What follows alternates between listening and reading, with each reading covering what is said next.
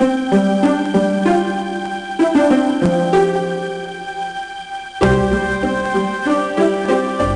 good teachers who do a lot of project-based activities with their kids really don't just open up the world to let the kids do anything. There's sort of a hidden structure, and the kinds of tools you put out for kids to work with actually sort of guide the way they are able to inquire and build and communicate their ideas.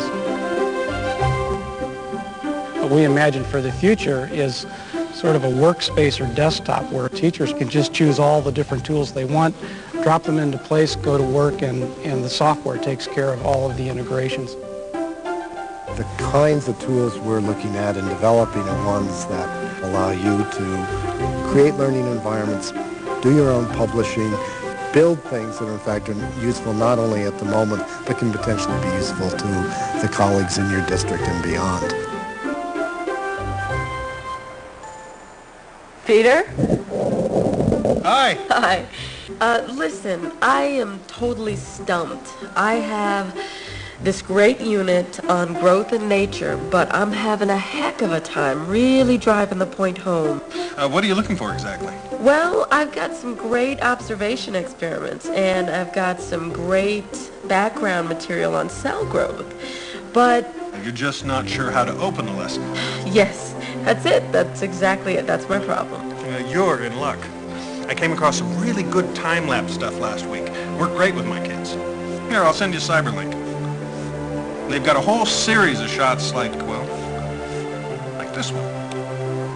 Just browse through. You can choose the ones you like.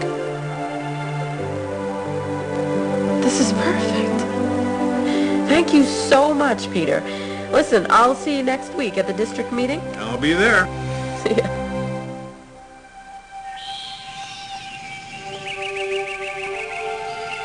The real world's full of all kinds of sounds and actions and colors that really turn kids on. That's what really drives curiosity. If in the future we had really powerful mobile devices that would help kids collect those images and sounds and work with them, we'd have a kind of opportunity for learning that we've never had before. The real power of these technologies is that kids would have the opportunity to connect to other sources of information, to ask questions, to compare and contrast, to analyze right there at the moment of discovery.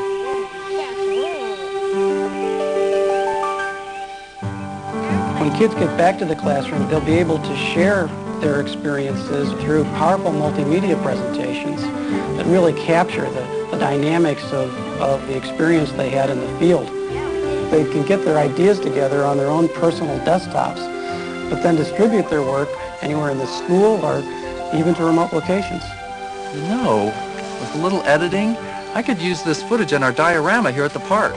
What do you think, you guys? Absolutely. Great. Great.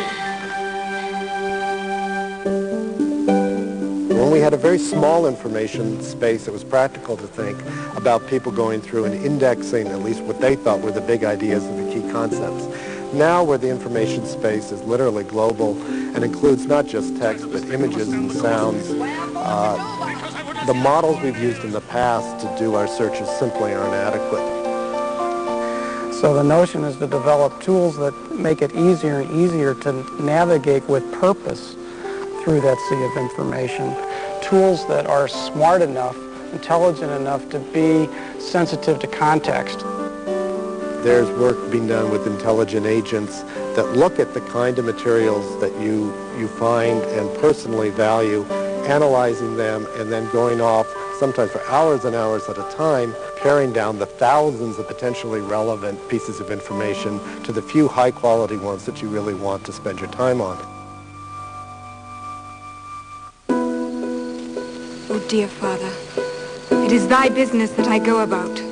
No blown ambition doth our arms incite, but love, dear love, and our aged father's right. So now, in spite of the fact that he kicked her out of the family, Cordelia remains loyal to her father and doesn't stop loving him. Now listen, I put these 3 clips on the bulletin board if you'd like. Great educators challenge their students with big ideas. Ideas that have to be thought about and researched over long periods of time. Real advantage to anywhere, anytime computing, the way we're thinking about it, is that no matter where students were, they'd be able to get back to their own personal desktop and continue working on that project, on that big idea. Hey, did you guys read the Nakamura article? Get this. He says that maybe Shakespeare didn't even write this play. Scandalous. Yeah, rumor has it was Sir Francis Bacon. See, look, narrowed it down to 8. And that first one looks a little steep. I'll take that one. And I'll take that second one. And you can do the other 6. Yeah, nice try, guys. The tools that we imagine for the future are really based on the technologies that we have today. Our responsibility is to make sure that every kid in every kind of school has access to these kinds of tools, not just to enable them to find more data, but to gain real knowledge and to learn how to solve real-world problems.